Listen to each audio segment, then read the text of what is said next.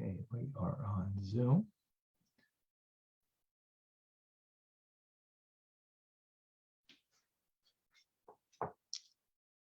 Just wait a moment.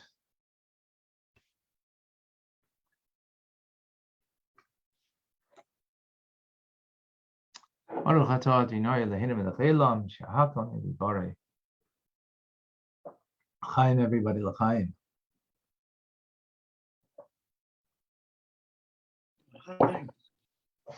Thank you.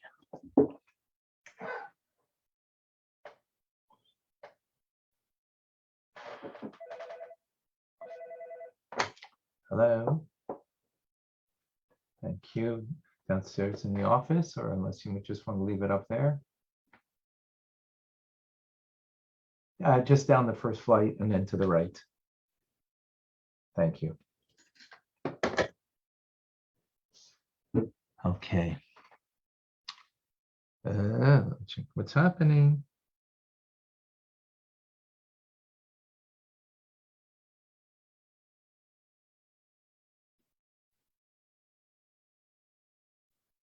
Oh, there he is.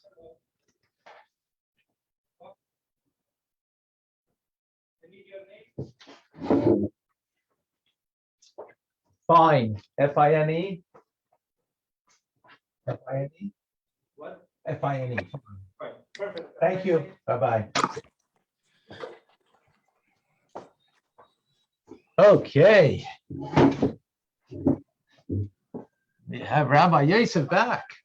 Good morning. Good morning. I'm having some trouble with my computer, so we're on the phone right now. Okay. Glad to be back. Been missing the Rambam family for a few days. It hasn't been the same. All right. Okay. Let's begin. Hold on. Let me just get it over here on screen.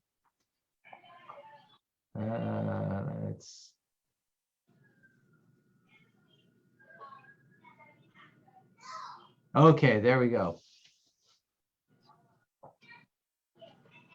It's all yours. Okay. We're here holding chapter number 4 on the Laws of Yom Tov. All right. Ein moitien es eish v'loi mina eitzim v'loi mina avanim v'loi mina matachis kigoin shechoitchin oisei zu bezu imakin zu bezu at sheteitze eish. You're not allowed to ignite a flame, whether it's knocking two stones together, metals, flimstones, v'chein hanef tahachad biyoyse shu b'mayim sheminid noise at yigalek. And likewise, if you use gas in order that which resembles water, and it could be ignited by shaking it.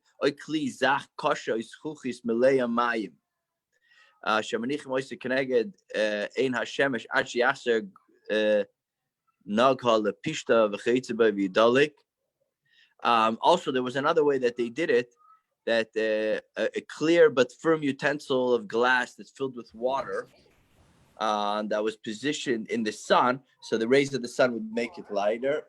Not sure what's going on. I'm trying to. Okay. 1 second. Let me disconnect from my phone. All right. Now we're good. So sorry about that. Now we're back on the computer. Okay. So. Okay,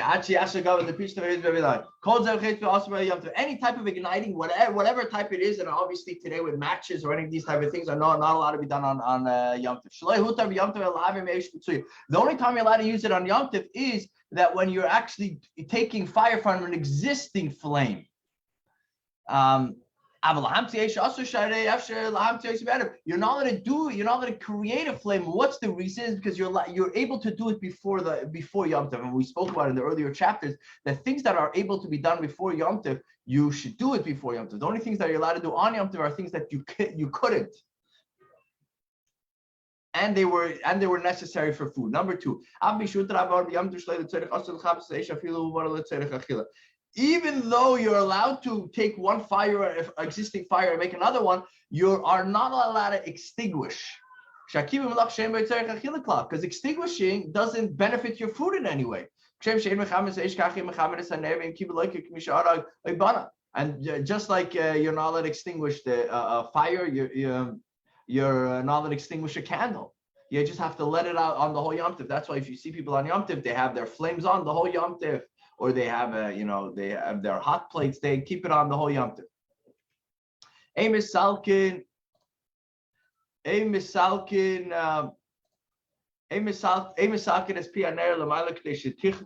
It's forbidden to lift the opening of the lamp upwards in order that it should extinguish on its own.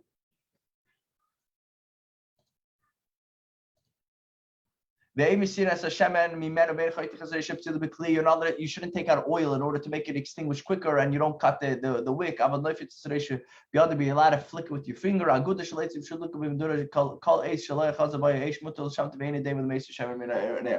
not going to take oil out, because then it's not going to last long enough. But if you have a bonfire and there are certain pieces of wood that fire did not catch on it, you could take those pieces away. It's not considered extinguishing making the fire less of time. Number 4, you're not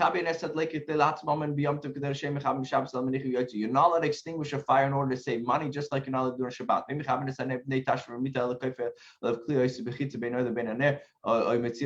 You're also not allowed to extinguish a candle in order to have sexual relations, to make the room dark. What you should do is cover the candle or take the candle to a different room.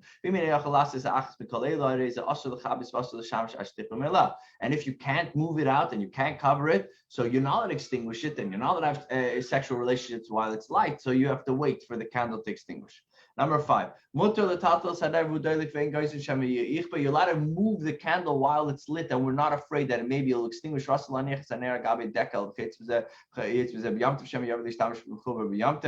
It's forbidden to place a candle on a palm tree because we're afraid that you may rip out some of the leaves or use it. Number 6, you're not allowed to burn incense on Yom Tov, because when you're doing that, you extinguish it. So even to smell. Of course, you're not allowed to use it to fragrant the house. You are allowed to smoke fruit, let's say, or produce, to make it that you can eat it, just like you're allowed to cook.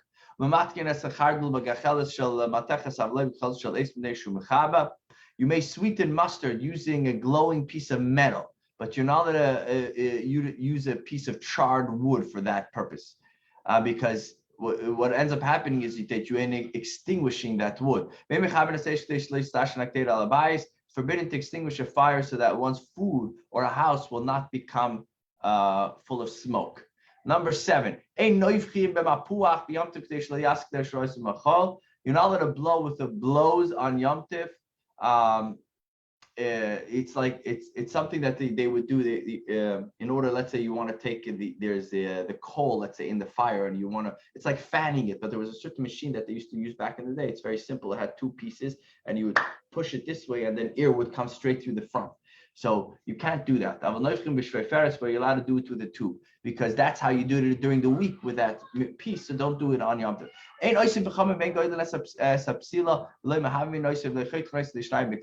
You're not allowed to make charcoal, nor you're not allowed to braid wicks. You're not allowed to singe them or cut them with utensils.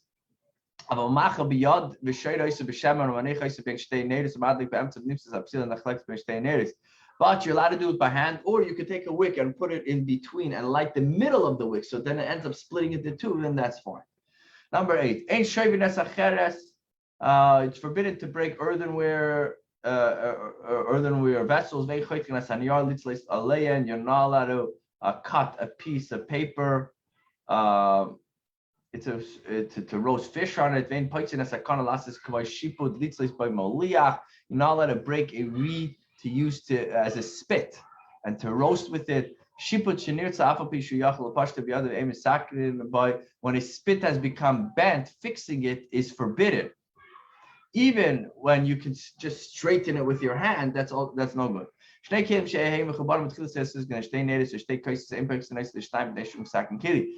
Two, let's say, candles or two vessels that were connected together, and you want to separate them, you're not allowed to do that, because then what happening is you're making it now the utensil fit to use. And you can't do that on Yom Tov. You should do it before Yom Tov. Number 9.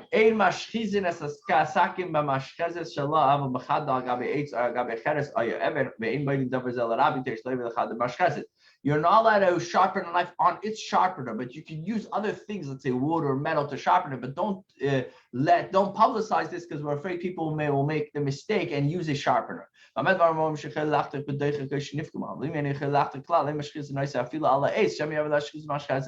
That you can only do that if you can cut it with it, but it's not so easy and it's not so smooth. But if you can't cut it at all, then you could definitely not use the metal.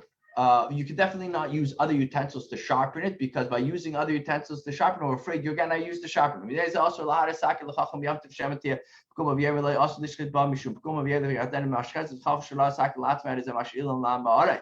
Therefore, if you're a shochet, don't show your knife to a professional on Yom Tov, because we're afraid that he's going to tell you that the knife is no good and you're going to use a sharpener. Now, what if the sage did inspect the knife? He may lend it out to an Am Haaretz, to an unlearned person. Number 10. You're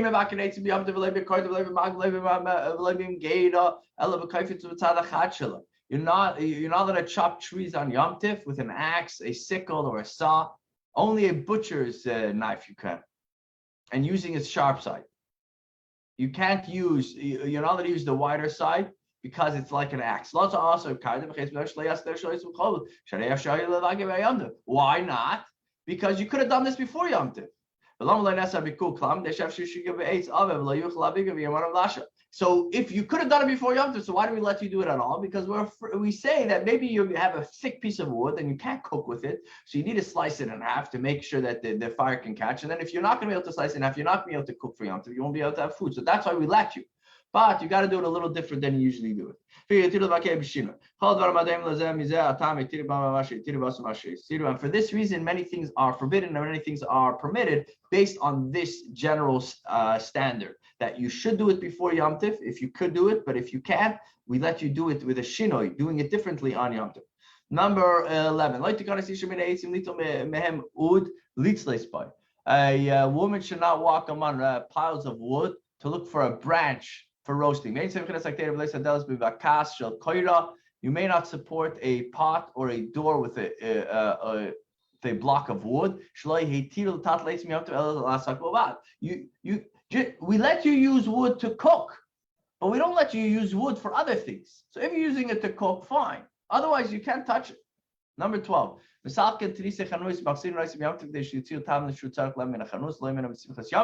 You may remove the shutters or of the cabinets in the stores and return them on Yom Tov in order to take out spices that are needed for cooking.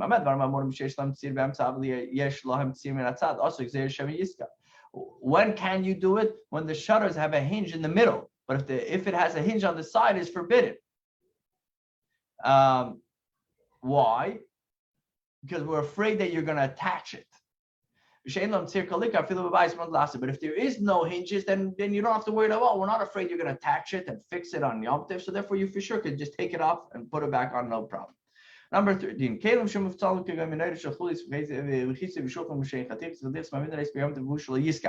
Let's say you have an IKEA piece of furniture that's full of different pieces.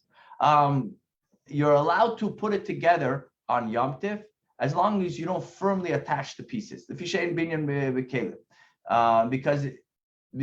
the forbidden labor of building does not apply for utensils. It is permitted to stack stones. That's what they used to use for toilet paper. For Yom Tov,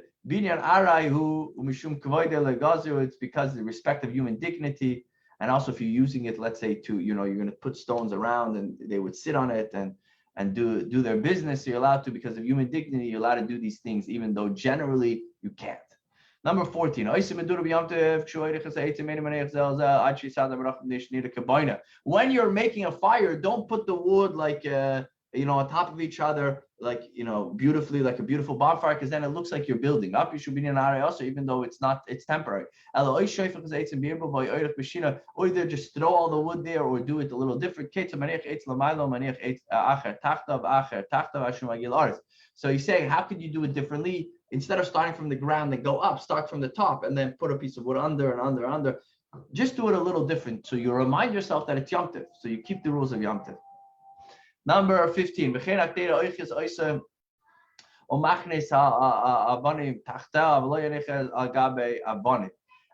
Also, when it comes to a pot, you should hold the pot and place the stones to be used as a tripod beneath it.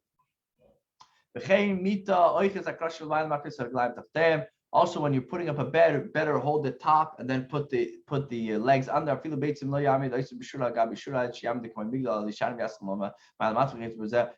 Also, even when you're just cooking eggs, don't line them in your pot from bottom to top. Do it differently. Start from top to bottom. Number 16. It's permitted to remove fleas that are attached to animals, to the skin of animals, even though you may cause a wound. You're not allowed to deliver a baby from an animal on Yom Tov, but you definitely can help them. Okay, so what does this mean? You may hold the calf so it doesn't fall to the ground, blow into the nostrils, and place its mother's teeth on its mouth. If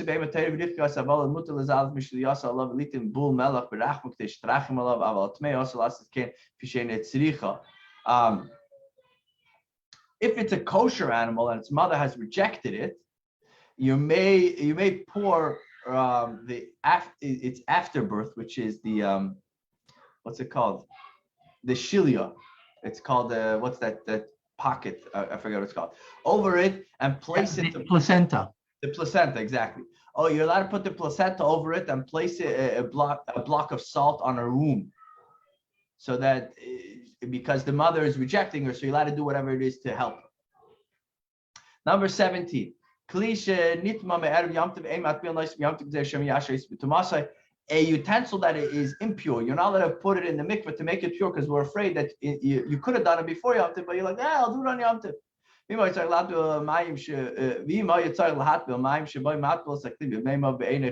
however, it's necessary for a person to immerse the water in an impure vessel, you may immerse it in the mikveh. If it was good for truma, and you wanted it for a higher level of holiness, for kodesh, then you are allowed to. Also, anytime that you're just trying to bring it up a level of purity, then you're allowed. Number 18. If it became impure on Yom Tov, then you're allowed to do it on Yom Tov, because you're not going to say you should have done it before. It was pure before. If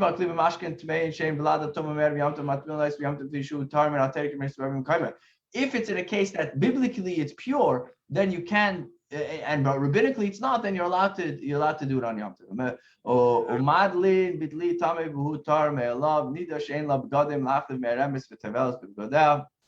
We may draw water from a well with a bucket that is ritually impure, although it becomes pure by dipping it into the well. A woman that's impure because of the nida, menstrual bleeding, and doesn't have pure clothes to change in, may immerse herself in her clothing in the mikvah. Number 19. There are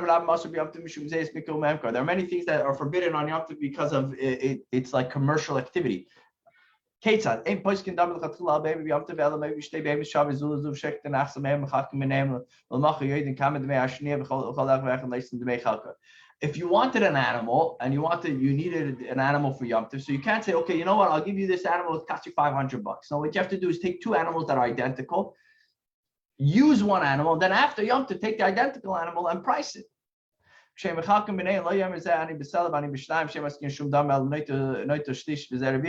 when you do split it, don't say, oh, I'll pay this amount, you pay that amount. Just take an amount of meat that you're using, and then after Yom Tov you'll deal with the payment. Number 20. When you do divide it, don't weigh it. Even if you're taking the meat to hide from the rats, and you want to put it in the scale, don't use it because it looks like you're using it to weigh. And a professional butcher can't weigh with his hands because his hands is like a scale. He knows exactly how much it is. You can't do it with a vessel full of water. You may not cast lots for portions, like making a raffle. But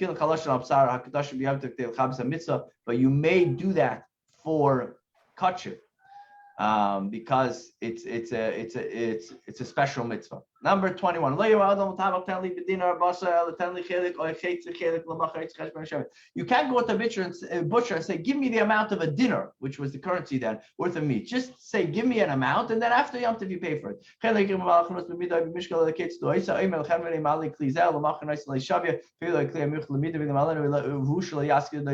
What do? You come and you bring a utensil, even if that utensil is a measuring cup, and you say, please fill this up. And they fill it up, and tomorrow you come after Yom Tov, you say, this is the vessel that you filled up, and you pay for it. Even if it's a measurement, but as long as you don't mention it, then it's fine. Number 22. A chef may measure spices and add them to the dish so that the food won't spoil. But a woman should not measure flour for dough. And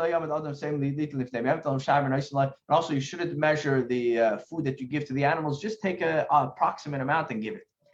Number 23. You're allowed to take a specific number of eggs or nuts from a store. You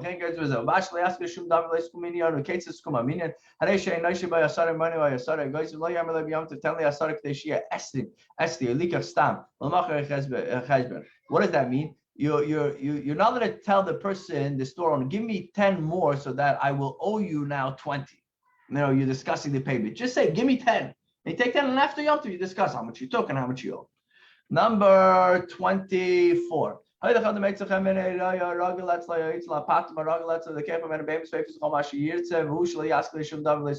to go to a storekeeper or a shepherd or anywhere, take animals or whatever you need and deal with it and pay for it after Yom Tov. Number 25.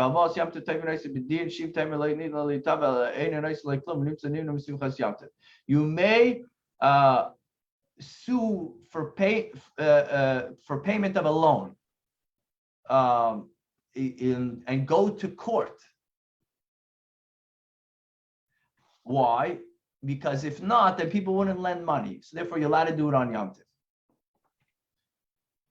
Number 26. If you're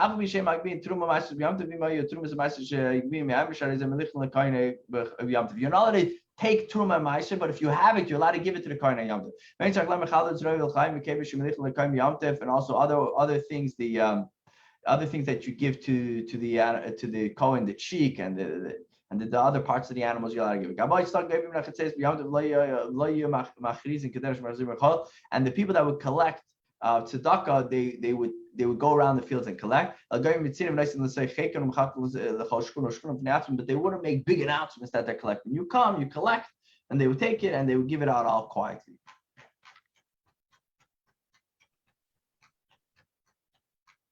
Okay, moving on to chapter number 5 of Yom Tov.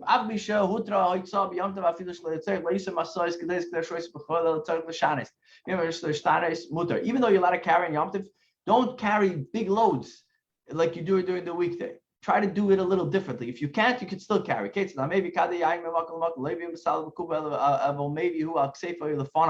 If you're bringing wine from one place to the other, don't bring it in a basket or a container like you do usually. Just try to carry it on your shoulder or in front of you. If you have don't sling something behind you to carry like a sack like you do usually. Try to hold it in front of you. Just do it a little different.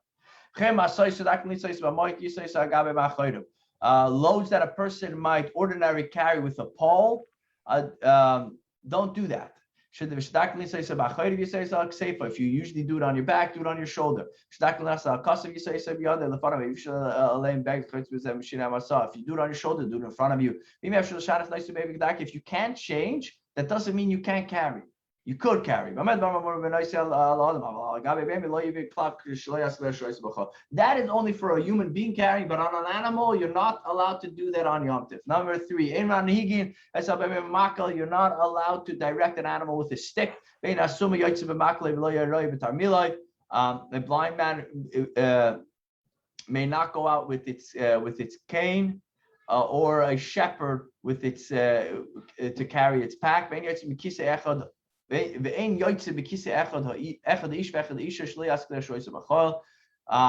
man or woman may not carry out a chair like you do it during the week.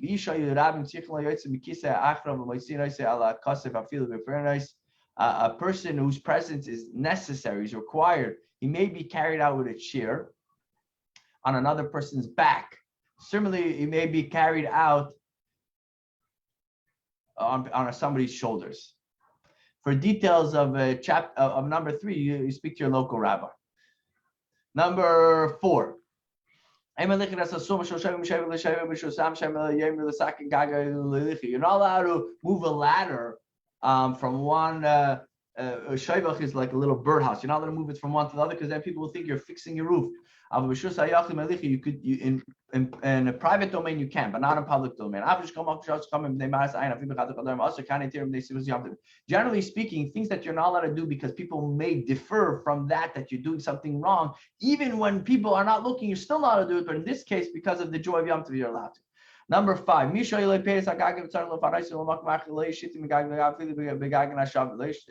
somebody needs to move produce from to dry from one roof to the next, don't do it. You shouldn't pass it from one roof to the other. You're not allowed to lower it with ropes or through the windows like you do during the weekday. But what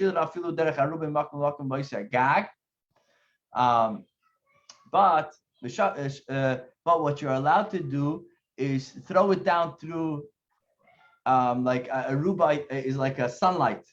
That you're allowed to do it, because that's not, you don't do it, that's not how you usually do it during the week, not on Yom Tov. If you slaughter an animal in the field, you're not allowed to carry it, hanging it on these large poles that you usually do it. Just bring a limb by limb. Number 6, on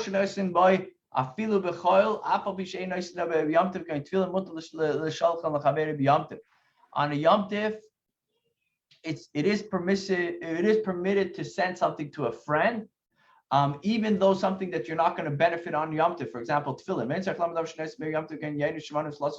And of course, things that you can benefit on Yom Tov, like a good piece of steak or good wine, you're allowed to give to your friend on Yom Tov. But if you can't send him something that he needs to do a task that is not allowed to do on Yom Tov, you have to give it to him that it's ready. Number 7. You can't send a grain, because grain you can only use unless if you grind it. A grinder is not allowed on Yom Tov. But you are allowed to send kidneys, which is legumes. I don't know if I'm pronouncing it right. Legumes. Those you're allowed, because those you don't need to grind. You can just cook them the way they are. And you're allowed to send animals even though they're alive, because you are allowed to slaughter on Yom Tov. Number 8,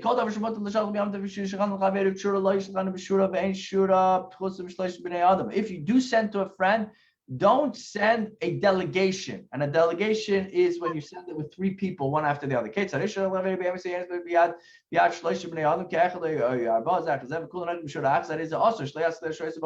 If you're sending and you're sending 3 people to send it, or 4, then you're not allowed to do that. That's how you do it during the week. But if you send to send 3 different types of, with 3 people who walk together, that's fine. But 3 people with the same type is no good. Number 9. If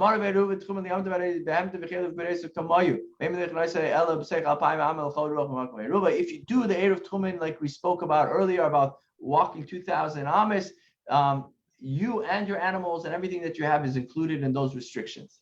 Number 10. If if you find an ownerless object that you find, it's yours. If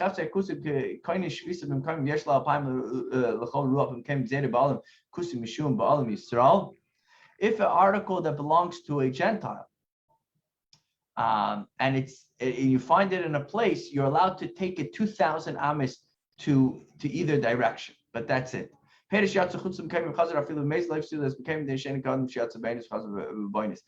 the article left its place and came back to its place, it still gets the 2,000 amas. It's not like we spoke about earlier when we spoke about these laws, that if a person leaves his place, he loses all of his abilities to go 2,000 amas. But if a vessel or something else or an object, then you still have those 2,000 amas. And with that, I conclude today. I'm going to pass it on to my father.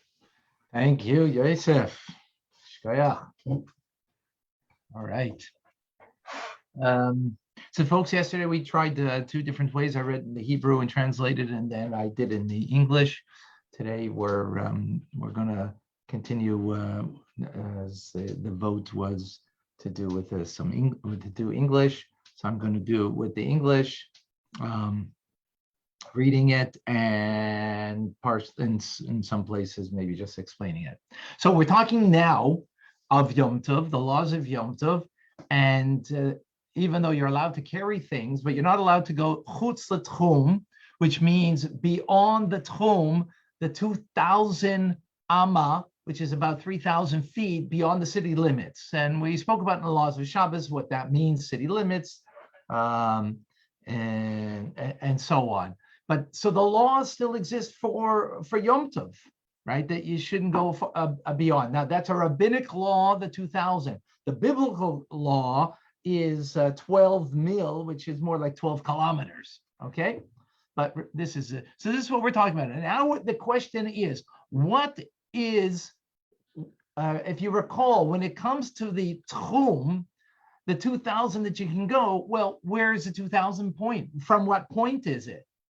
And if you want to go in different directions, and that is the issue. So who is the one that sets the boundary? I mean, who's the individual? So let us now go into some of the things here and discuss this. So when a person entrusts an animal to his son, the holiday limits of the animal follow those of the father. In other words, it doesn't go by the son, it goes by the father. Why? Because it belongs to the father, the animal. So how far the son can go with the animals is based on the father. If he entrusts the animal to a shepherd, even if he gives it to him on the holiday, its holiday limits of the 2,000 amma follow those of the shepherd, because the shepherd is an individual for himself, and he's entrusted and is responsible for it as the shepherd, as opposed to the son. It's sort of like, the extension of the father in a sense. If he entrusts it to 2 shepherds, its holiday limits follow those of the owner, since neither acquire responsibility for it beforehand. And that's the key over here. Since it's 2, so really there's incomplete ownership in that sense. Number 12, when a person invites guests on a holiday, the guests should not carry the portions of food that they were given to a place that the host may not go himself. Why? Because they're based on the guest. So if they're based on the host, therefore they can only go as far as the host can go with the food. Because remember, you can carry. The question is how far. For the holiday limits of the food served at the feast depend on those of the host and not of those of the guest. These restrictions apply unless the host granted the guests their portions as presents via another individual before the commencement of the holiday. So then it becomes, before the holiday is theirs, and therefore since it's theirs, they can go as far as their tchum is. Because remember, we learned those laws because maybe you set already a place for yourself that you were going to go visit your friend the following day, and so on and so forth, so you could go and go further. It's not so much about the carrying here, it's about your walking we're talking about. So it's the walking and the carrying with that you might want to take, what you have with you. Number 13. Similarly, when produce belonging to a person was left in another city for safekeeping, and the inhabitants of the city established an erev tchumim, so that they could visit the owner, they should not bring him his produce, for his produce is governed by the same law as he is.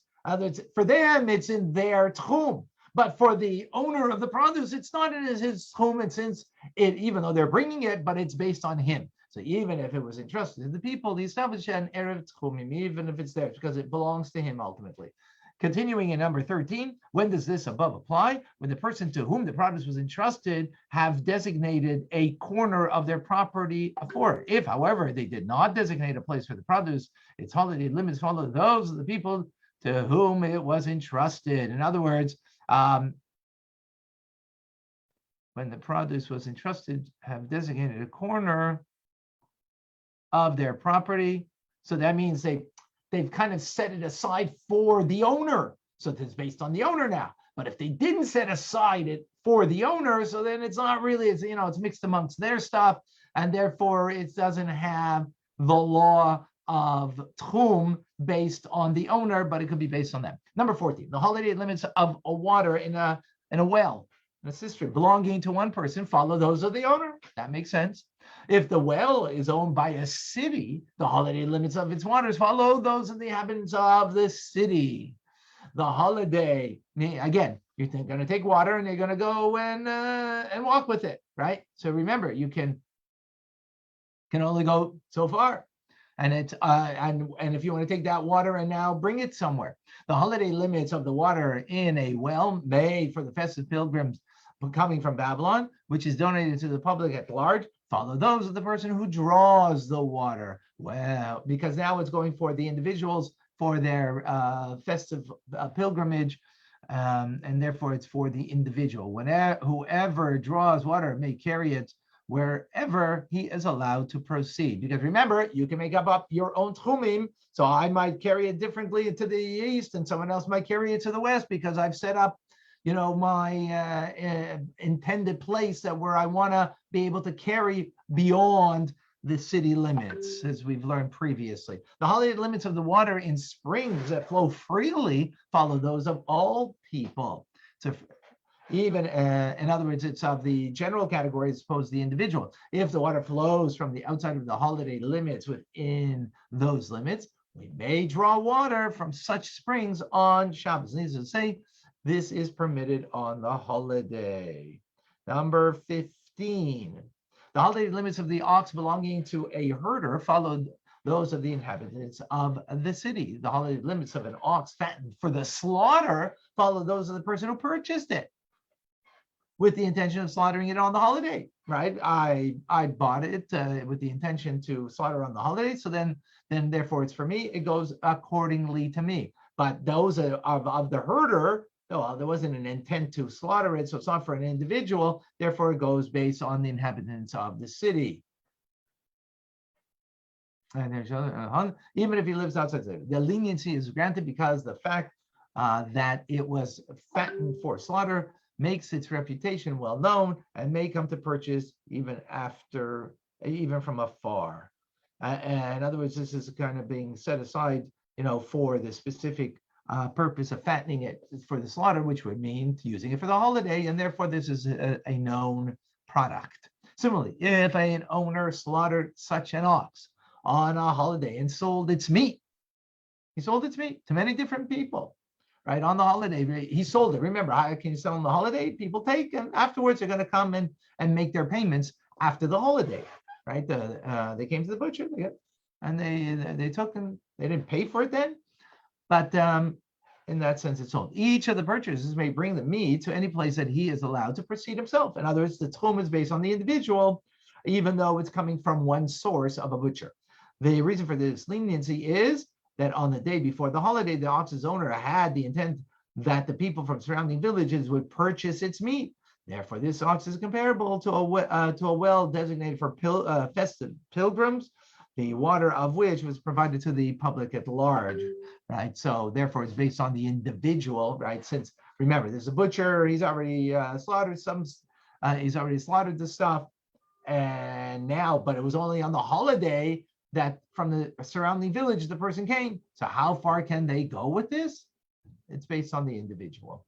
Number 16, the holiday limits of coal follow those of its owners. Coal, using for heating. So that's followed for heating and for cooking purposes, and not those of the person who borrows it, even though they're borrowing coal. Those of a flame, by contrast, follow those of the person carrying it. Those are flamed by contrast. So a coal here, and it's very dim, but that is above flame, then it follows the person carrying it. For the flame, by contrast, there's no substance, and therefore is not considered to be an article that belongs to a person and is subject to holiday limits. Interesting. Okay. Therefore, a person who lights a lamp or a piece of wood from a colleague's flame may carry it to any place where he is permitted to proceed himself. Okay, number 17. When a person prior to a holiday, a person secures a colleague's consent to lend him a utensil. On the holiday limits of the utensil follow those of the borrower, even when the owner did not give him the utensil until after the commencement of the holiday, right? Because it was intended for him. Because he secured it prior to the holiday, but he only got it on the holiday. When a person borrows a utensil on the holiday, even he always borrows this utensil from its owner on a holiday, the holiday limits of the utensil follow those of the owner, because after all, the owner is the owner of it. He did not, and remember, the laws of Tchum begin at the commencement of the holiday. At the commencement of the holiday, it was intended for the owner, even if this person always borrows it. When, before a holiday commences, two people both arrange to borrow the same cloak from a person on the holiday. One asks to borrow it on the morning, and the other asks to borrow it towards evening. The holiday limits of the cloak are dependent on those of both borrowers, right? So they arrange before the holiday, and that's the key, remember. They may not bring it to the place other than that which one of they both proceed. Then that, so it belongs to both, so it's dependent on both. I'm sorry, and the cloak dependent on those that both borrow it. What does this mean? That it's both, not both independent, but dependent on each other. So he explains: if the first established an area of tchumim that was 1,000 cubits to the east of the cloak, and the other established an area that was 500 cubits to the west, when the first person takes the cloak, he may move no more than 1,500 cubits to the east, because he has 500 missing from this side, 2,000 altogether, right? You can only go 1,500. For this is the end of the holiday limits for that person who established the area to the west may proceed. When the second person takes the cloak, he may move it no more than 1,000 to the west. Why? Because there's 1,000 to the east, so he can only go 1,000 to the west. That gives you the limit, because they both are borrowing it, even though it's separate times. They are bound to each other by the law of how far they can move beyond what we call city limits. For this is the end of the holiday, the person who established the area in the east may proceed. Okay. Based on the above, if a person established an area of 2,000 cubits to the east, and another established 2,000 cubits to the west of the cloak, they may not move it from its place. Why? You have 2,000 here, 2,000 there. Then what that means, the cloak that's in the middle from that 2,000 point can't be moved, because you can't go one this way because of the 2,000 that way, and you can't go one this way because of the 2,000 this way. The laws that we learned at great length earlier. Number 20. Similarly, when a person borrows water or salt from a friend to use in the kneading of dough or in the preparation of food, the holiday limits of the dough of the food are dependent on those of both women. So one woman gave the dough, another gave the water and the salt. Now, actually not dough, sorry, flour, water, and salt. So those are two integral ingredients that are both needed, and therefore that binds the two of them, and they're dependent on each other. Remember, they're borrowing it, all right, as opposed to gifting it. You might have, so we'll just gift it. We're learning parameters of the law. So the fact that that they both are giving something that's integral to making the dough, that means they're both dependent on it. Therefore, they're dependent on each other when it comes to the law of tchumim, on how far you can go and walk with it, right, for the holiday to celebrate. By the same token, if two people purchase an animal in partnership and slaughtered it on the holiday limits of the meat are dependent on those of both partners, right, because they're dependent on each other, and it becomes one thing, right, one animal, one dough. If by contrast they purchase a jug of wine in partnership divided in the holiday limits of each partner portion follow those of its owner. And there they're not, because they're an animal you can't split, right? It's an entire animal. When you're slaughtering it, it's one animal. But when it comes to the wine, you can take 50-50, and therefore it is permissible. Each one goes on their own limit. They're not dependent one on the other. What is the difference between these two laws? In the latter instance, since the prohibition against going beyond the holiday limits is rabbinic in origin, the principle of brera applies. Brera means choice. It is considered as if the portion that is given to either partner were distinct and separated as his in the jug before the holiday. It is as if the two portions of wine were not mixed with each other. So it's like, brera means choice. I have the choice of separating them. And what you do before the holiday, you could have put half in one jug, half in another jug. So where the animal, you couldn't do that. It's one animal. Can't split it. You got to slaughter it first, then you can split it, right? This cannot be said regarding the animal, even if the portion that was given to either partner were considered to be separated within the animal. And it is as if they were distinct leniency cannot be shown in this instance. For the portion derived nurture from the portion belonging to the other colleague while the animal was alive. Since all of the animal's limbs derive nurture from each other, thus all the animal limbs are considered to be intermingled with the portions belonging to both partners. Therefore, the limits of the animal are dependent on both of them. So the animal is one living being, right? So you can't take off the arm. I'll take the right, you take the left arm, right? You can't do, a leg rather. You can't do that because they're dependent on each other. They derive nourishment and life from each other. They're one entity, and therefore we're dependent on each other. We finished chapter 5. Now we go to chapter 6. Should I do Hebrew, or you like the English?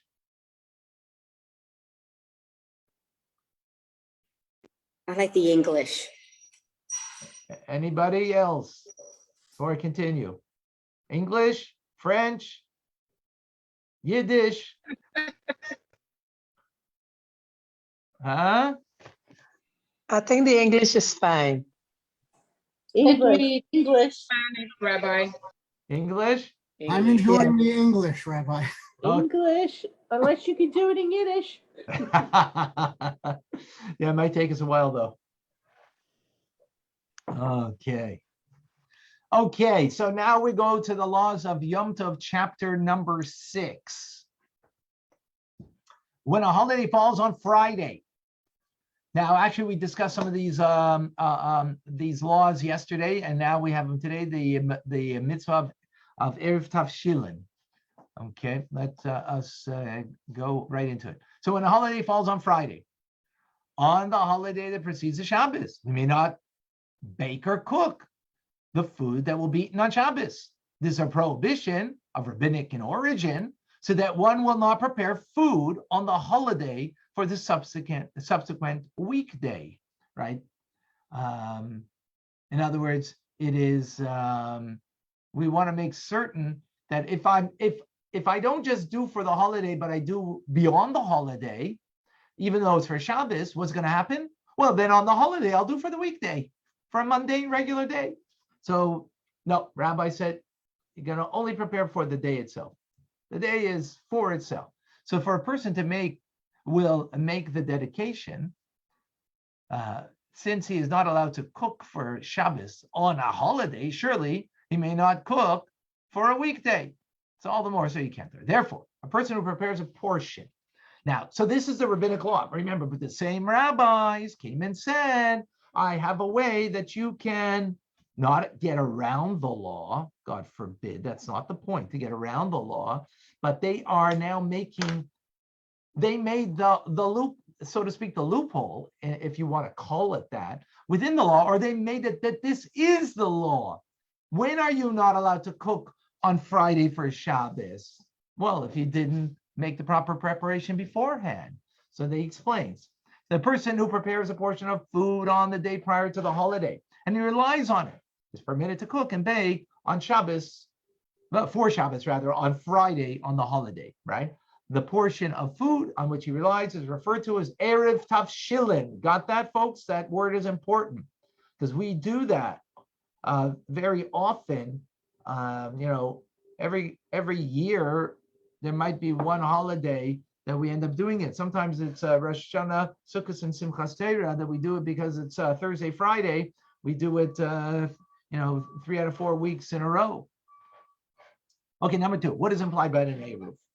Remember, Eruv means an adjoining because it creates a distinction. The Eruv that is established in courtyards, which we learned in the previous laws, before Laws of Yom Tov, right, of Hilchos Eruvin, laws of courtyards, Chatzeres, Eruv Chatzeres is called, or Mavui, a Shituf, and lanes on the day before Shabbos is intended to create a distinction.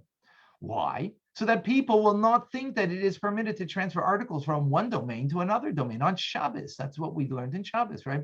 In other words, when you're living in courtyards with a lot of people, even though it's all private domains, but it's got a feel, if you got a lot of, if you got 10 families and they got 10 kids each, and it's crowded, it's full, all the kids playing out in the courtyard, that's going to feel like a public thoroughfare. Therefore, you're going to get confused and therefore carry in the true public thoroughfare, even though this is only a private domain. Therefore, we learned earlier that on Shabbos, you have to make prior to Shabbos a Erev Chatzeres in order to be mindful, to remember that this is a private-to-private domain that the rabbi said that we cannot carry unless we do the Eruv.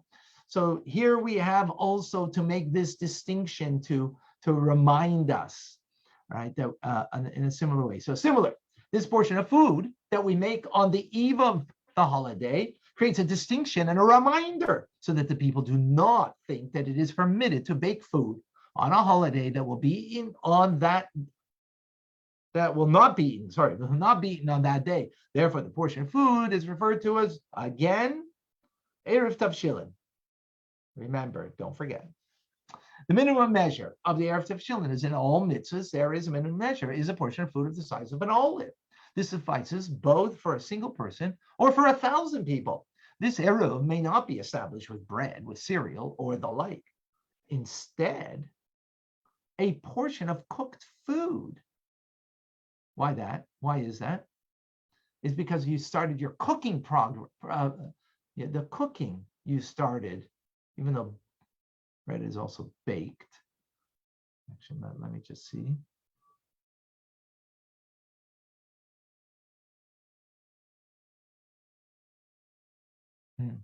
Okay. Instead, a portion of cooked food that is served together with bread. Example, meat, fish, eggs, and the like must be used. Nevertheless, one need not set aside a portion of choice food. Even lentils left at the bottom of the pot are sufficient. Now, you don't have to use your best foods there. Moreover, one may even rely on the fat that is left on the knife used to cut roast meat. If an amount of an olive size is left, when one scrapes it off, one may use that for Erev Tavshilin. The Alter Rebbe says it's somewhat disrespectful and it shouldn't be done. But, getting the idea at least. With regard to the Erev, the term cooked food also includes food that is roasted, stewed, pickled, or smoked. Even small fish that are prepared to be eaten by pouring hot water over them can be relied upon for an Erev Tavshilin. Number 5. This Erev must be accessible until one has baked all that one must bake, cooked all that one must cook, and heated all the water one requires for Shabbos on Friday. Remember, this is on Friday, doing for Shabbos. If the Erev is eaten before you did all your cooking, lost or burnt before one has cooked or baked for Shabbos, one may no longer bake, cook, or heat water except for what one requires for the holiday, right? Because this is in order to do for Shabbos, then you can only do for what's for the holiday because you lost your Eruv, you lost your enjoyment from a weekday to the Friday, a holiday, that you can now continue your cooking and baking and the like in order to prepare for Shabbos. If one already began eating a dough or preparing a portion of food and the erev is eaten or lost, one may complete the preparation of the loaf for the portion, but you can't start something else. Number 6, if a person has decided an erev tavshilin so that he and others may rely on it, he must grant others a portion as one grants them a portion with regard to the erev employed on Shabbos. Whoever is allowed to acquire a portion on behalf of others with regard to the Erevin on Shabbos may acquire a portion on the behalf with regard to the Erev Tavshilin. Conversely, whoever is not allowed to acquire a portion for others with regards to Erevin may not acquire a portion for them with regard to the Erev. These are the laws that we learned in Erevin. In other words, children who are below the age of majority or a non-Jew cannot do it. So therefore, these are people who can't do Erev Chatzeres. They likewise cannot do Erev Tavshilin. Okay, as we learned earlier. Halacha number 7. It is not necessary to notify the others whom one grants a portion in the Erev before the commencement of the holiday. However, they must know that someone has granted them a portion and established an Erev before they rely on it for cooking and baking. So you do it before the holiday on Wednesday, before Wednesday night is the holiday, right? We have 2 days holidays in the diaspora, and you didn't tell your friend that you did it for them, and they forgot to do it, right? But you got to tell them afterwards, even if they did not receive notification until the holiday itself. They are permitted to rely on it as long as they are notified and they are aware. A person may establish an Erev on behalf of all the inhabitants of a city and all those within its holiday limits. On the following day, he may announce whoever did not establish an Erev may rely on my Erev. As a matter of fact, please remind me in synagogue, I always have to make that announcement because I always make, in the words of the Eruv, as we will see, we make that, I need to make that notification. Number 8, a person who establishes an Erev is required to recite a bracha. Baruch atah Hashem Elokeinu melech haolam, asher kiddushanu b'mitzvotav. He sanctified us with the commandments, and the commandments with all mitzvahs Eruv. On the mitzvah Erev, and that time he should say also with this Erev, I will be permitted to bake and to cook tomorrow on the holiday on the Shabbos. And if he includes others in the Erev, then he should say for me and for so and so and for so and so, and for the all inhabitants of the city to bake and cook on the holiday of Shabbos. And so we say it's in the siddur, by the way. Should have had the siddur here to find it, but. Perhaps later. Okay, when a person did not establish, number 9, an Erev himself, right, and others did not include him in the Erev, or someone didn't say for the entire city and didn't notify, just as he is forbidden to cook and bake, his flour and his food are forbidden to be used on the holiday. It is thus forbidden for another person, for him who himself established an Erev, to cook or bake for the person who did not establish an Erev, using provisions belonging to the person who did not establish an Erev, unless he transfers ownership of his food to the person who establishes the Erev. So I can't, if I forgot to make and no one made for me, I can't give you my food and say, do it for me. I can't cook, but you could cook. I could give you ownership of it, and then it's yours and you could cook. But if it's mine, you can't do it for me. If a transfer is made, such an arrangement is permitted because the person who established an Eruv is cooking and baking with his own provisions for their ownership was transferred to him. If afterwards a person who established Eruv desires, he may give the food as a present to the person who did not establish Eruv. So you can give it back as a gift afterwards. So nice. Number 10. When a person did not establish an Eruv Tavshilin and cooked and baked food to eat on the holiday, and there was food left over, right? So you cooked on the holiday, for the holiday. You didn't make Erev Tavshilin, but you cooked for the holiday. And you invited guests and they did not come, so you've got lots of leftovers. You may eat the remainder of the food on the following day on Shabbos. If, however, he acted with guile with regard to the matter, he is forbidden to partake of this food. In other words, you're trying to trick God. You're not tricking God. You can, a fool only fools a fool, as Rabbi Marash said. If a person transgressed and cooked and baked on the holiday for Shabbos without establishing an Erev Tavshilin, it is not forbidden for him to partake of it. Why? Did the sages judge a person with guile more severely than a person who willfully transgressed, imposing prohibition on the former, not on the latter? Good question. Guile, you can't have it. The guy who transgressed, he could still partake in it. Because if a leniency were granted to a person who acts with guile, everybody who acts with guile in the entire concept of Erev Hashem would be forgotten. I forgot that. Let's eat. Yeah. Right? In other words, we'd all play tricks because we all want to look like we're hunky-dory. We put on an image that it just shows you how the sages are so in tune with the human condition, how we want to put on an image for others, and as opposed to being, honest and real. So to violate Torah law consciously, by contrast, is a rare phenomenon.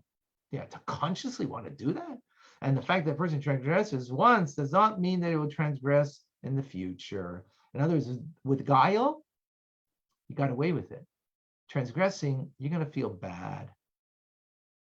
You got away with it. You look holy. You look kosher. That's why the pig puts out, right? This week's parsha, kosher. Today, actually, look at that. Kosher laws. Pig. Why is he a pig? Because he puts out his hoofs and they're split, but he doesn't choose cuts. He's not kosher. But look at me. I'm kosher. Right? Chewing a cut you can't see, but split hooves you can. So he shows himself to be kosher. That is, yeah. All right. Number 11. When 2 days of the holiday celebrated in diaspora fall on Thursday and Friday, and the Erev Tafshilin should be established on Wednesday, the day before the holiday. If a person forgot and did not establish an Erev before the holiday, he should deposit an Erev on the first day and make a stipulation. So follow this. What does this mean? He should deposit an Erev Tafshilin, and others, take the food, right, that we spoke about, on Thursday and say, if today is a holiday and tomorrow is a weekday, I will cook and bake for Shabbos tomorrow, for there's no requirement for the Erev Tafshilin. If today is a weekday and tomorrow is a holiday, right, if today, right, because remember, it's 2 days, well, we'll see, and out of, so to speak, out of doubt, this Erev will be permitted to bake and to cook tomorrow on the holiday for the Shabbos. To cite number 12, to cite a similar example, when a person possesses 2 baskets of produce, from which Truma was not separated, Truma meaning the tithes that you have to give to the Kohen, and otherwise, if you don't do that, it's not edible for you, right? So on the first day of the holiday, came and you want to partake of this food, but you didn't take the Truma. So, and you're not allowed to take Truma on a holiday, right? That's fixing something that could have been fixed before the holiday. So on the first day of the holiday, he should say, if today is a weekday, may this basket be considered Truma and the other basket for the other basket. So I'm going to take, Truma, separate that part, which is for Truma, and therefore it gives me permission for the other parts of the food. If today is a holiday, then my words be of no consequence. He should then designate the basket of Truma and leave it. He can designate. On the second day of the holiday, you should return and say, right, if today is a holiday, then my words may be of no consequence. If today is a weekday, may this basket be considered Truma.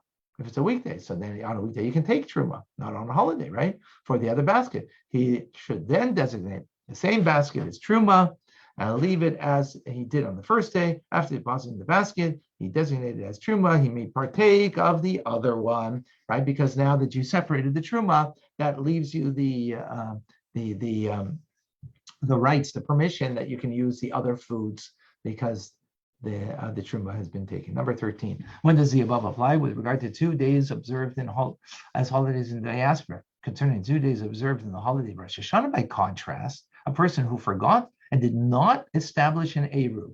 So now we're going back to the Eruv, right? So we said on the Thursday you can make the Eruv and make the stipulation. If today is a weekday, then the Eruv is good, and if it's not a weekday, if it's a holiday, then from a biblical perspective, right?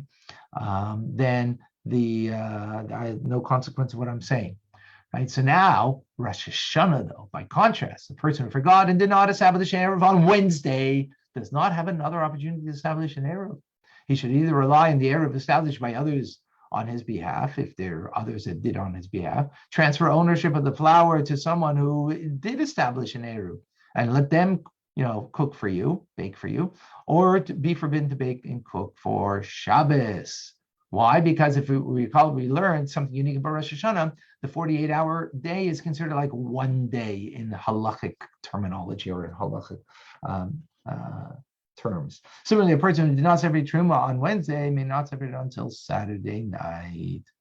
Now he puts this into a different perspective. The above concept is only when the High Court of Eretz Yisrael would sanctify the new moon based on observation of witnesses, and the Jews in diaspora would celebrate 2 days as a holiday to avoid the doubt. So he's speaking about in the times of the Holy Temple, when Jews lived outside of Israel, they kept 2 days, right?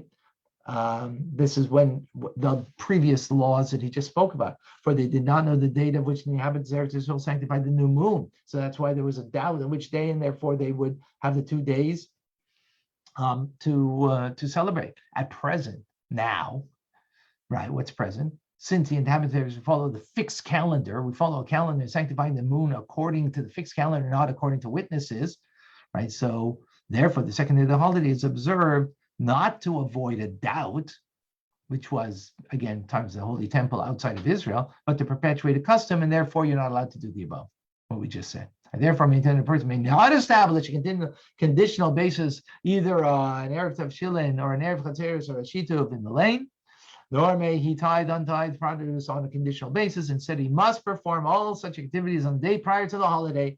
So everything you just learned, you can't do, that stipulation, because now we observe the 2 days as law rather than doubt, as in the times of the Holy Temple.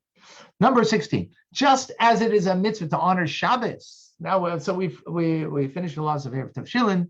Now we go into further laws. Shabbos, we have to honor Shabbos, and we have to take delight, pleasure in it. Oinig Shabbos is called in Hebrew. Kavod Shabbos and Oinig Shabbos. So too, these obligations apply to all holidays, as is implied from Isaiah, sanctify unto God, right? L'kodesh Hashem mechubad, sanctified and honored. This applies to all the holidays, for they are called Mikra Kodesh, holy convocations. We have explained the obligation implied by honor and delight in Hilchos Shabbos. We did that at great length, if you recall, in chapter 30.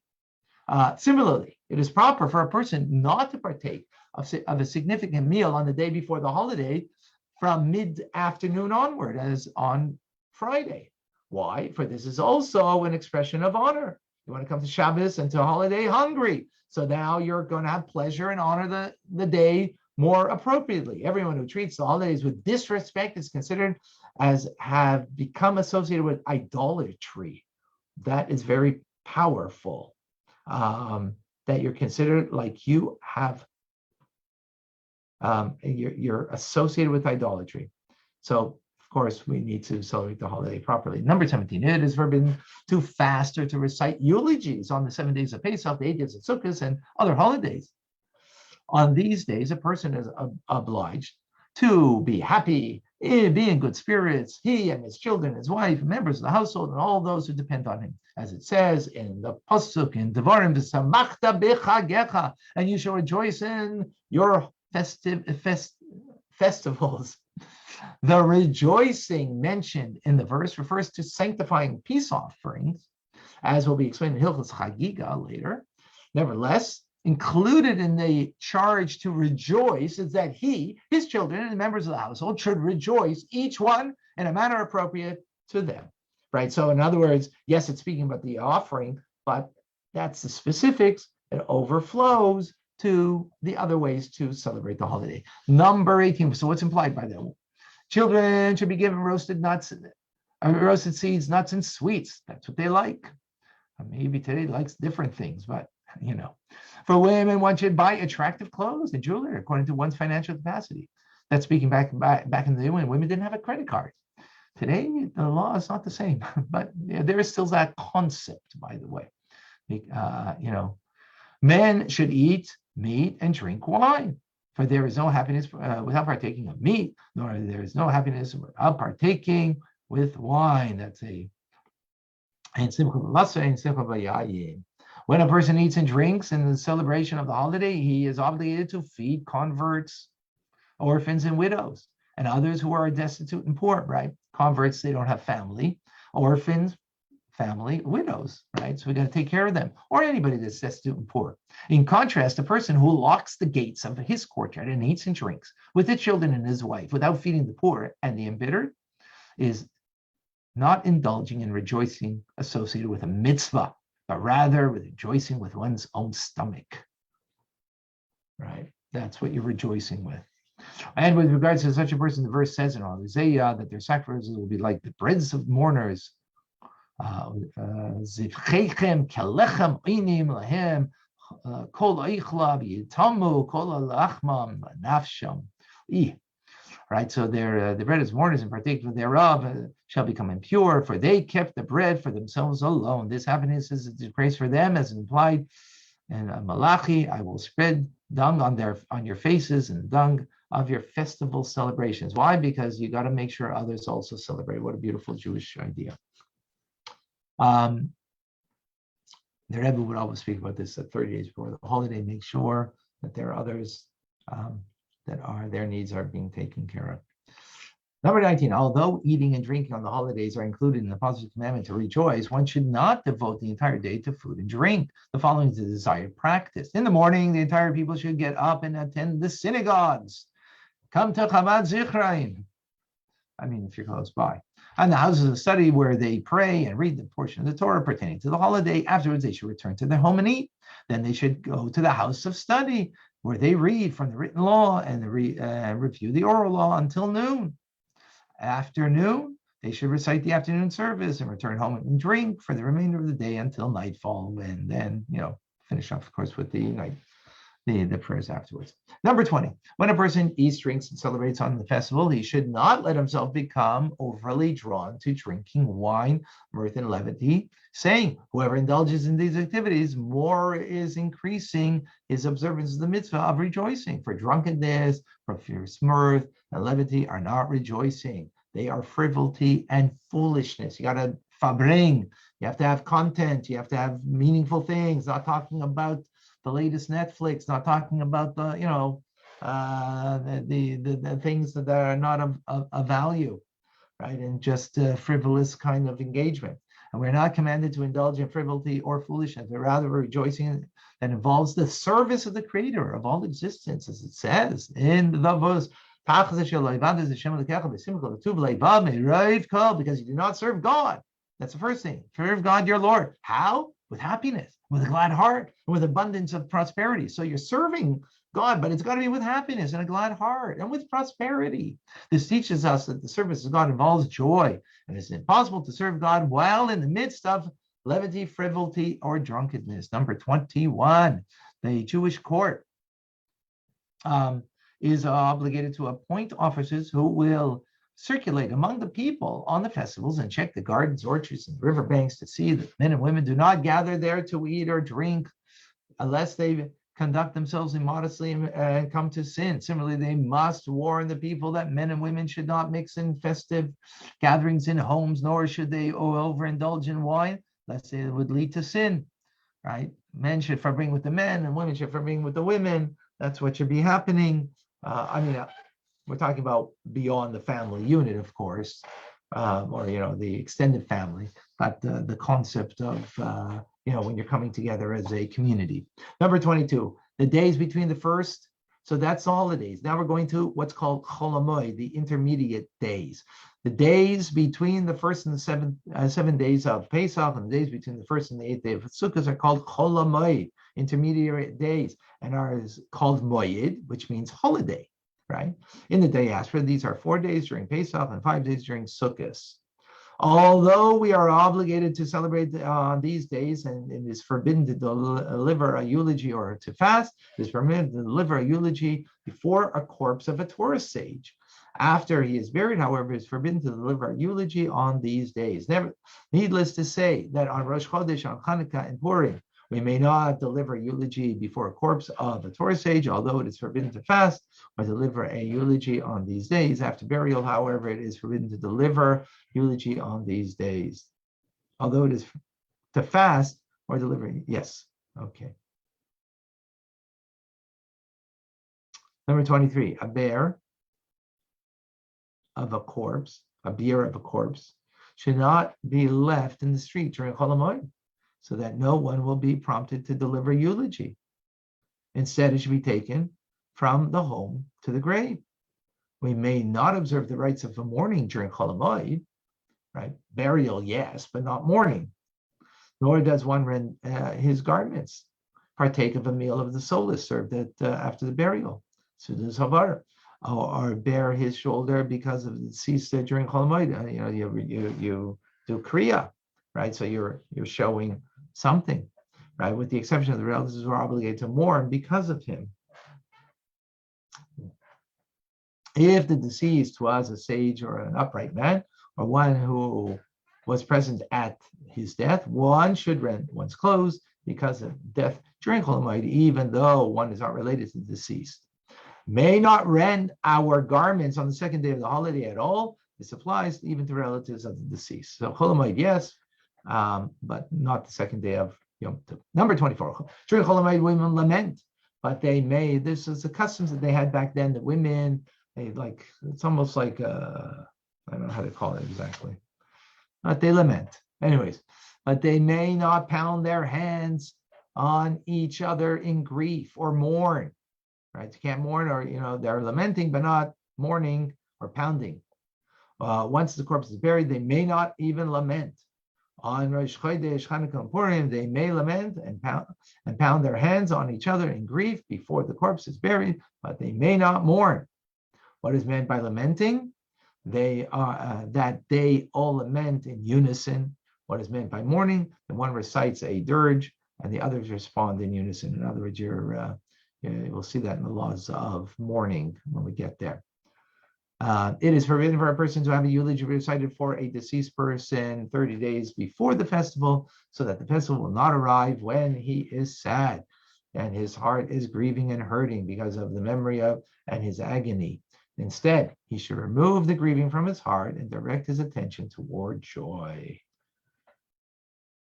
Okay, Chaim, any questions? Any feedback? How was the reading? Do you like it this way? I need again your Yeah, it was good. And just for reference, page 327 is the blessing on the. Oh, thank you. Oh, thank you for that. That's in the blue sitter, yeah? Blue sitter, and with extra instructions on 605 through 606. Oh, beautiful. Thank you. Thank you for sharing that. Great. That's for the Erev Tavshilin. Beautiful. And Davida did earlier too. She shared it. I need to get that sitter, Rabbi. I'm going to try to order that from you along with the other thing. See what I can do. Are you talking about the blue Tilla session sitter? Apparently, that's your sitter. Yeah. Well, I mean, that's the Tilla session. Here, let me just get it over here. Everybody's.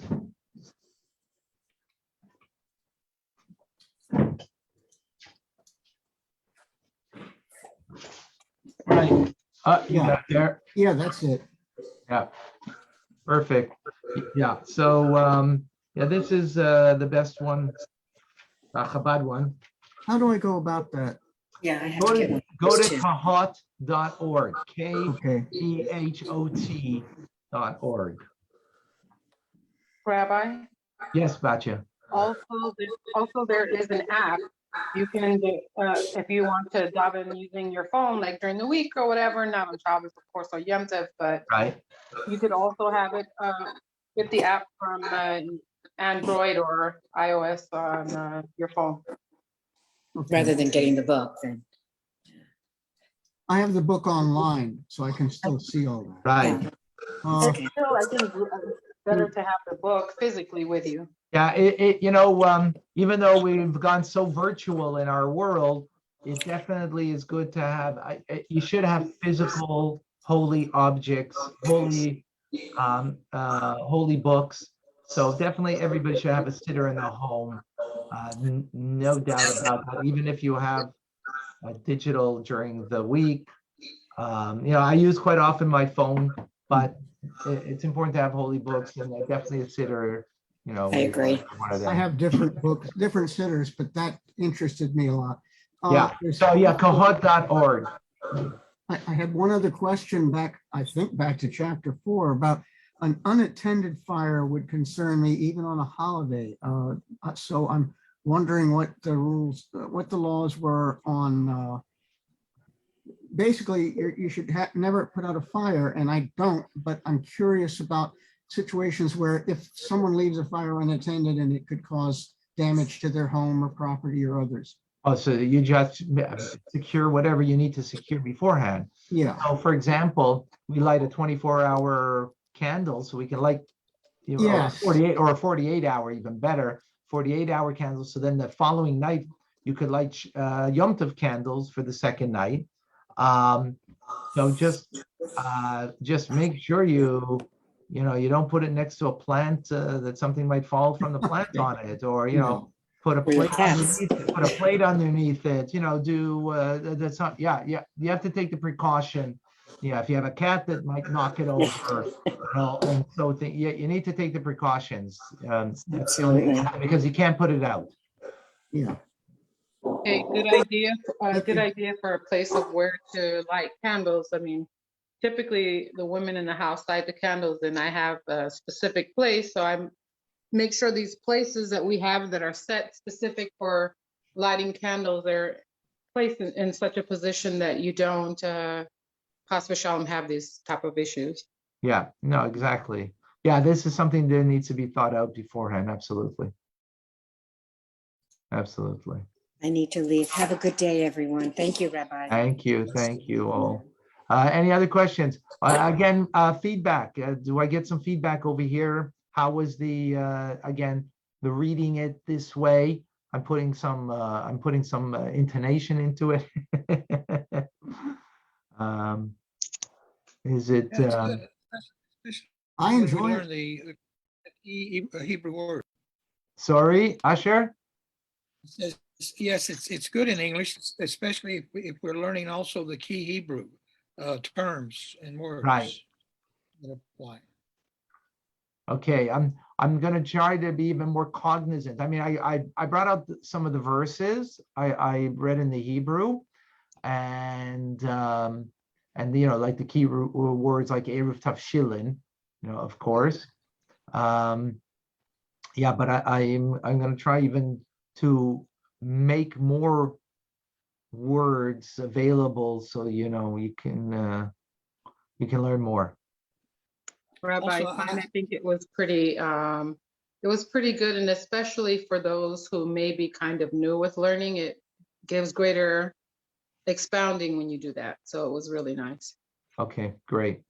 Okay, I just want to make sure that we're all good with this.